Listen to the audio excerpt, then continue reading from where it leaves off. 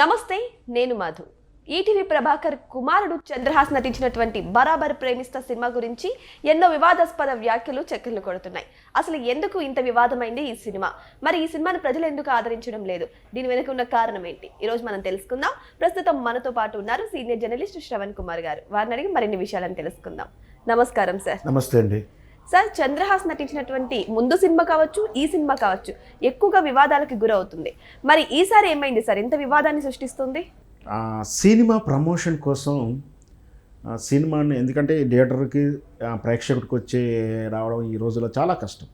ఒక cinema release అవుతుంది అని అటెన్షన్ చేయడం కూడా చాలా కష్టం. దాన్ని మనందరం యాక్సెప్ట్ చేయాలి, తప్పదు. కానీ అంతంత మాత్రాన సినిమా రికగ్నైజ్ కావాలి, అటెన్షన్ చేయాలని చెప్పి చీప్ టెక్నిక్స్ ప్లే చేయడము, దిగజారి ప్రవర్తించడం ఎంత తప్పో ఇప్పుడు ఈ బరాబర్ సినిమా గురించి మన తెలుసుకోవాల్సింది. ఎందుకంటే ఇప్పుడు ఎంత బొమరాంగ్ అయిందో చూస్తున్నాం. పాపం ఈరోజు ఏడుస్తున్నాడు కుర్రాడు, చంద్రహాసన్ అబ్బాయి హీరోగా చేసిన అతను చాలా బాధపడుతున్నాడు, ఏడుస్తున్నాడు. బొమరాంగ్ అయిపోయింది మొత్తం అలా చేసిన అబ్బాయి. ఏదేంటంటే ఏదైతే అనుకున్నారో సినిమా అటెన్షన్ వస్తుంది, ఒక పథకం ప్రకారం చేశారు అబ్బా వాళ్ళు. ఏంటి, సినిమాకు మనం ఇట్లా పాడదాము, ఇట్లా బూతులు పాడితే విమర్శలు వస్తాయి, హైలైట్ అవుతుంది, వైరల్ అవుతుంది, సినిమాకి అటెన్షన్ వస్తుంది అని ప్రీ ప్లాన్ ప్రకారం చేశారని అయితే అర్థమవుతుంది. సరే, మనకు దగ్గర సాక్ష్యాలు లేకపోవచ్చు వాళ్ళు మాట్లాడే విధానంగానే. ఎందుకంటే ఒక సినిమా పాటని ఆ విధంగా మార్చి పాడుతుంటే మాకు తెలవదని చెప్తుంటే వీణ్ణి అంతా వినాల్సి మనం నమ్మాల్సినంత లేము. వాళ్ళు నమ్ముకుంటే వాళ్ళు చెప్పుకునేయండి. సరే, అది ప్రీ ప్లాన్గా చేశారా, వితౌట్ ప్లాన్ చేశారని నేను అబ్జెక్షన్ చెప్పదలుచుకున్నాను. మేబీ తెలవకునే పడి ఉండొచ్చు, తెలిసే కావాలని చేసి ఉండొచ్చు. కానీ అంత దిగజారి చేసిన తర్వాత, అబ్జెక్షన్స్ వచ్చిన తర్వాత, విమర్శలు వచ్చిన తర్వాత కూడా నేను సారీ చెప్పను, నేను ఎవరికి సారీ చెప్పాలి, నిన్నైతే నీకైతే సారీ చెప్తా, ఎవరికైతే నేను ఇక్కడ ఎందుకు చెప్పాలి, ఇంత వితండవాదం, మూర్ఖవాదన చేయడం.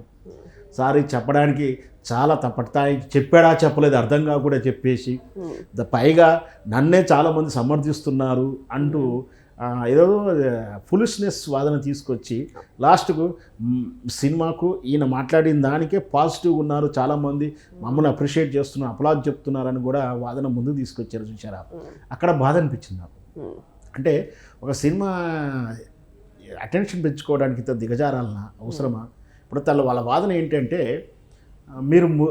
మీరు మాట్లాడరా బూతు, ఆయన మాట్లాడలేదా, నా స్క్రోలింగ్కి నా వీడియో కింద ఎన్ని బూతులు ఉన్నాయి, నేను ఎవరు మాట్లాడరా? ఇది ఎంత ఫులిష్ అంటే ఆ వాదన మరి ఎందుకు చేస్తున్నారో, వాళ్ళు ఎవరు సమర్థిస్తున్నారంటే, నన్ను ఒక ఉదాహరణ కూడా మాట్లాడుకున్నాను.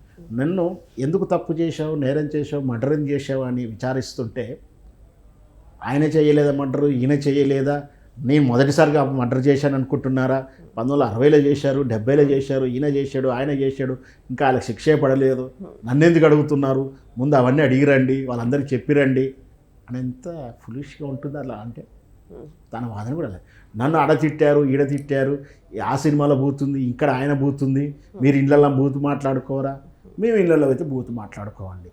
మీరు ఇళ్ళల్లో బూతు మాట్లాడుకొని అశ్లీలాలు కూడా కుటుంబ సమేతంగా మీరు చూస్తారేమో, మాకు ఆ కల్చర్ లేదు. ఇంకొకటి ఏంటంటే సార్, ఇప్పుడు ఆయన రామ్ నగర్ బన్నీ అని ఇంతకు ముందు సినిమా కూడా తీశారు. ఇంతకు ముందు సినిమాలో స్టేజ్ మీద పిచ్చి పిచ్చి విన్యాసాలు చేశారని చెప్పేసి ఆయన యాటిట్యూడ్ స్టార్ అని పిలుస్తున్నారు. యాటిట్యూడ్ స్టార్ అనేది కూడా ఆయన ఏదో గర్వంగా తనకు వచ్చిన ఒక బిరుదులాగా భావించేసేసి ఇప్పుడు మళ్ళీ ఇంకొక కాంట్రవర్సీ క్రియేట్ చేయడం నిజంగా తప్పని అంటున్నారు. మరి ఇటువంటి యాటిట్యూడ్ ఉన్న వ్యక్తి ఇటువైపు నటన పరంగా కానీ, లేకపోతే ఆయన హీరో అవ్వాలనుకుంటున్నారు కదా, హీరో పరంగా కానీ ఎదిగే అవకాశాలు ఉన్నాయా? ఖచ్చితంగా అండి. ఇప్పుడు నెగిటివ్ అయిపోయింది. ఎందుకంటే ఇప్పుడు సినిమా పాటే వేదిక మీద ఎంత ఉంటే సినిమాలు ఎంత పోతుందో అని ఒక అర్థాన్ని తీసుకొచ్చారు. సో సినిమా థియేటర్కి అన్ని మంచిగా ఉంటేనే వస్తానికి కష్టం. అవును, ఇప్పటికి కూడా నిన్నగాక మన సంక్రాంతికి ఎంత మంచి ఓపెనింగ్ అండి ఈ ఇయర్లో, అన్ని 4 సినిమాలు హిట్ అయ్యింది. కష్టం మీద కూడా అయినా కూడా ఇంకా అంటే ఉదాహరణకు మనం చెప్పుకోవడానికి మనశంకరవరప్రసాద్ సినిమా చూడని వాళ్ళు కూడా ఉన్నారు. వాళ్ళు ఎందుకంటే రేపు మాకు మన ఓటీటీలో వస్తుంది, మన ఇంట్లో టీవీలో చూసుకోవచ్చు కదా, డబ్బులు ఎందుకు, టైం వేస్ట్ ఎందుకు, ఈ తరహా ఆలోచించిన వాళ్ళు. అంత కష్టం మంచి సినిమాకే రావడానికి, చిరంజీవి లాంటి సినిమాకే రావడానికి ఆలోచిస్తున్న తరుణంలో నువ్వు ఇంత చీప్ టెక్నిక్ చేసి ఆ సినిమాల బూతులు ఉన్నాయి, ఈ సినిమాల బూతులు ఉన్నాయి, నేను చేస్తే తప్పేంటి, ఈ వాదన ముందుకు తీసుకొచ్చారు. చూడు, మనం ఒక శివాజీ గారి సంఘటన మన ఇష్యూ గురించి ఒకసారి మాట్లాడుకోవాలి. శివాజీ గారు మరి సరే ఎందుకు మాట్లాడాడో తర్వాత విషయం ఏం మాట్లాడాడో తెలుసు. అనుకోకుండా దాంట్లో 2 తప్పులు పదాలు అన్పార్లమెంట్గా పలికాల్సి వచ్చింది. సరే పలకడం నా తప్పు, ఆ వాదన డిబేట్ వేరు. అయినా కూడా సారీ చెప్పాడు వెంటనే. ఇంటికి వెళ్ళాక చాలా పశ్చాత్తాపడ్డాను. సరే ఏదైనా సరికి వాటికి నేనైతే క్షమాపణ చెప్తున్నాను. అది ఉందాతనం, పెద్దతనం. అలా చెప్పమని ఎవరు చెప్పరు, ఆయనకి వచ్చింది. కనీసం నిన్నటి సంఘటనలో వాళ్ళు చెప్పమంటే మేము ఎందుకు చెప్పాలి, ఎవరికి చెప్పాలి? నేను ఎవరిని అనలే కదా, నేను స్త్రీలింగం అనలేదు, పులింగం అనలే కదా. ఇది అరే అనద్దురా బాబు అని తండ్రి అయినా చెప్పాలి, డైరెక్టర్ అయినా చెప్పాలి. తండ్రి ఎందుకు అంటున్నాడంటే తండ్రి భుజాలం చేసుకుని సినిమా ప్రమోట్ చేస్తున్నాడు. ఇక్కడ నేను అనేది ఏమిటంటే దీనికి వాళ్ళ పిల్లలు చేసినాక తండ్రి ఎందుకు బాధ్యులు చేస్తున్నాను కొందరు విమర్శిస్తాను. స్టేజీ మీద కానీ సినిమా ప్రమోషన్ కానీ స్టార్టింగ్ కానీ తన భుజాలను వేసుకొని ప్రమోట్ చేస్తున్నాడు కదా, మరి ఆయనే కదా గైడ్లైన్ ఇవ్వాల్సింది. నాన్న అట్లా కాదో ఏదో జరిగిపోయింది, ఏదో తప్పు చెప్పు, సారీ చెప్పు, నేను నాది కరెక్ట్ రాంగ్ పక్కకు పెడదాం, మీరు అందరూ అట్ట అవుతున్నారు, ఈ జరిగిన దానికి నేను వేరేలా అనుకున్నాను, బేషరతుగా క్షమాపణ చెప్తున్నాను చెప్పి ఉంటే బాగుంది. అలా చెప్పకుండా ఏదో ఒక వాదన తీసుకొచ్చి ఆయన మీద కేసు అయినది, ఆ కేసుకి ఏదో అర్థం చెప్పుకోవడానికి వచ్చాడు బయటికి తప్పించి. ఏంటంటే ఒక జర్నలిస్ట్ మీద ఏదో బెదిరించాడు, బెదిరించే దూరంలో మాట్లాడాడు, ఆయన కేసు పెట్టాడు, దానికి ఎక్స్ప్లెనేషన్ ఇస్తానికి వచ్చాడే తప్పించి తెర మీదకి తానేదో పాట గురించో ఆ పదాల గురించి ఎక్స్ప్లెయిన్ చేస్తానికి వీళ్ళు చూసారా. అక్కడ ప్రేక్షకునికి లేదా జనానికి కోపం వచ్చింది, బాధ అనిపించింది. దాని రిఫ్లెక్షన్ ఈరోజు సినిమాకు ఆ కలెక్షన్లు అలా చూపిస్తూ ఉన్నాయి. నేను అనేది అంటే సినిమా కిల్లు చేయకూడదు అనేది చాలా జాగ్రత్తగా ఉన్నాను. ఎందుకంటే యాక్చువల్గా నేను మొదటి నుంచి డిమాండ్ చేస్తున్నాను, స్టేజ్ మీద ఇంత ఘోరంగా ఉంటే సినిమాలు ఎన్ని ఘోరాలు ఉన్నాయో మళ్ళీ రీసెన్సారీ చేయాలని డిమాండ్ చేశాను నేను. యాక్చువల్గా ఆ సినిమా విడుదల కాబట్టి ఆపి స్టే తెచ్చి రీసెన్సారింగ్ అయిన తర్వాత విడుదల చేయాలనుకున్నాను. కానీ పాపం సినిమా ఎందుకు ఒక సినిమాని కిల్ చేయాల్సి వస్తుంది, ఏముందో లేదు ఊహాకల్పల మీద ఎందుకు వెళ్ళాలి, లేదంటున్నారు కదా, సరే ఉంటే తర్వాత చూసుకుందాం అన్న ధోరణిలో ఇచ్చి ఆయనకు ఒక అవకాశం ఇచ్చాం. అట్లా ఆయన సినిమాని ఆయన కిలి చేసుకున్నాడు కదా, ఒక నిర్మాతని కిలి చేశాడు కదా.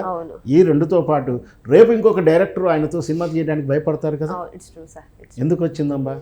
అట్లా తనకు తానుగా కెరియర్ని ఈ విధంగా కొందరు తెలిసి తెలియక నేను చాలామందిని చూస్తూ ఉన్నాను. ఈ నిజంగా కూడా కొందరు హీరోలుగా కొత్తగా వచ్చిన వాళ్ళు కానీ యాటిట్యూడ్ తోటి, హీరోల యాటిట్యూడ్ తోటి, పర్సనల్ యాటిట్యూడ్ తోటి సెట్లో కోపంగా మాట్లాడడం, లెక్క తేనితనం మాట్లాడడం, ఒక డైరెక్టర్కి వాల్యూ ఇవ్వకపోవడం, ప్రొడ్యూసర్కి వాల్యూ ఇవ్వకపోవడం, సీనియర్లకు వాల్యూ ఇవ్వకపోవడం. నా రమాప్రభా గారు కూడా చెప్పారు, సినిమాలు చేయనండి, ఇప్పుడు వచ్చిన తరానికి రెస్పెక్ట్ ఇస్తలేరండి, నాకు ఆ వాతావరణం ఉండాలన్న కూడా ఇబ్బంది ఉందండి అని కూడా చెప్పింది ఒక సందర్భంలో. అంటే ఇట్లా క్రమశిక్షణ లేకపోవడం వల్ల ఎంత జరుగుతున్న అనర్థానికి కారణం. పాపం ఆ సినిమా గురించి నెగటివ్ అనాలం లేదు, కానీ పరిస్థితుల ప్రకారం అలా ఉంది. ఈరోజు ఏడిస్తే తిరిగి వచ్చేది కాదు. ఒక మనిషి పోయిన తర్వాత ఎలా తిరుగురాడో, సినిమా కిల్ అయిన తర్వాత చేతులారా మీరు హత్య చేసి మీరు చంపి ఈరోజు బాధపడుతూ ఏడుస్తూనో ఇంకేదో చేస్తూనో పోయిన నష్టం అయితే కవర్ చేయలేరు. కానీ ఇంకొక విషయం ఏంటంటే సార్, ఇప్పుడు కొన్ని సినిమాలు వస్తున్నాయి, అర్జున్ రెడ్డి నుంచి యానిమల్ మూవీ వరకు అక్కడక్కడ బూతులు వాడితేనే ప్రజలు ఆదరిస్తున్నారనే ఒక నానుడైతే ఇప్పుడు అందరూ వచ్చేస్తుంది సార్. సో దీనివల్లనే బూతులు వాడారేమో అని కూడా అంటున్నారు. మేబీ కావచ్చు, అట్లా అవుతుందని, కానీ తప్పది, అది అన్ని సందర్భంలో నడిచి రాదు. వాటిని కూడా నేను అర్జున్ రెడ్డి కానీ ఇట్లాంటి చిత్రాలు కానీ నేను సమ్మతించను. జరగనైతే వచ్చింది, వాటిని ఆపగలగాలంటే చట్టంలో కొన్ని వసతులు మనకు లేకపోవడం వల్ల వాటిని ఆపగలిగాం. కానీ సినిమాలే కాదండి, మీరు అన్నట్టు ఓటీటీ ప్లాట్ఫామ్లు వస్తున్నాయి. ఓటీటీలో కూడా వెంకటేష్ లాంటి పెద్ద స్టార్ నటించిన దాంట్లో కూడా అబ్జెక్టబుల్ వచ్చేసింది. అంటే ఓటీటీలో లేదు, ఇప్పుడు సోషల్ మీడియా అలాగలేదు. అందుకనే చాలా సందర్భంలో చెప్తా ఉంటాడు, స్వయం నియంత్రణ అనేది ఒకటి ఉండాలి. ఇంతకుముందు కూడా చెప్పుకొస్తున్నాను. గతంలో ఒక సినిమాలో బహుశా రైతు బిడ్డ అని సినిమా అనుకున్నాం కాదు, మొత్తం మీద ఆ 1950 తారీఖు చిత్రంలో హీరో ఆ సినిమా సన్నివేశం అండి. స్వయం నియంత్రణ అంటే ఏందో చెప్తాను, దాని వాల్యూ ఏంటో చెప్తాను. సినిమా సన్నివేశంలో ఒక అతిథి వస్తాడు, ఇంట్లో ఉన్న ఆవిడకు టీ తీసుకొచ్చి ఇవ్వనేది అంటారు. అంటే వస్తున్నానండి, రవికే కట్టుకుంటున్నాను, వస్తున్నాను అన్నాడు. సినిమా ఫినిష్ అయిపోయింది. ప్రివ్యూ చూస్తున్నటువంటి ప్రొడ్యూసర్ డైరెక్టర్లకు ఇంట్లో రవిక కట్టుకుంటున్నా అన్న పదం విన్న ప్రేక్షకుడు ఏం ఊహించుకుంటాడు, చిచి బూత్ అంటే అది అని సెన్సార్ చేసుకుని ఆ డైలాగ్ తీసేసాడు. అంటే ఊహల్లో కూడా బూత్ ఇవ్వకునేటువంటి తరం సినిమా నుంచి డైరెక్ట్ బూత్ను చూపించే తరం వచ్చేసింది. లిప్ కిస్సింగ్ తప్పు కాదు, అంగంగా ప్రదర్శన తప్పు కాదు, ఇక రాడు అవన్నీ పదాలే ఉన్నాయి, చెప్పడానికి నాకే ఇబ్బంది ఉంది. ఇట్లాంటివి వచ్చినప్పుడు ఏం చేయాలంటే మీడియా కూడా, అంటే సోషల్ మీడియా కానీ ఈ ఛానల్స్ మీడియా కానీ, అంటే న్యూస్ ఛానల్స్ చెప్పుకునే మీడియా కానీ సినిమాలు కానీ స్వయం నియంత్రణ ఉంటే అంత అందంగా ఉంటుంది. చట్టాలు చెప్పకపోవచ్చు, అవును. స్వయం నియంత్రణ ఉంటే దీని యొక్క ఇట్లాంటివి కొంచెం ఫిల్టర్ అవుతాయి. బట్ ఏం చేస్తాం, మన చట్టాల తీరు అలా ఉంది, కొంత సమాజం చెడు వైపే వెళ్తుంది, మనం చూస్తూ ఉంటాం. అంటే మంచిది చెప్పుతుంటే మనం ఈ మధ్యకాలం చర్చ జరుగుతూ ఉంది. రాముని గురించి చూడాలంటే నాకు రావణాసుడి గురించి చూస్తాను అంటున్నాడు, హీరో గురించి చూడాలంటే నేను విలన్ రేప్ చేసిన విలన్ యొక్క స్టాండర్డ్ చూస్తానే తరం కూడా తయారైంది. దానికి మనం ఏం చేయలేము. బట్ స్వయం నియంత్రణ ఉంటే మాత్రం ఇట్లాంటి కొన్ని కట్టడవుతాయి. సో ఏదేమైనా సరే ఇప్పుడు చంద్రహాస్ చేసినటువంటి కొన్ని వ్యాఖ్యలు మాత్రం కీలకంగా మారాయి. మరి ఇప్పటికైనా సరే ఆయన తప్పు ఆయన తెలుసుకొని సారీ చెప్తారా, తను రియలైజ్ అవుతారా లేదా అనేది కూడా వెయిట్ చేసి చూద్దాం. Thank you so much. Thank you sir.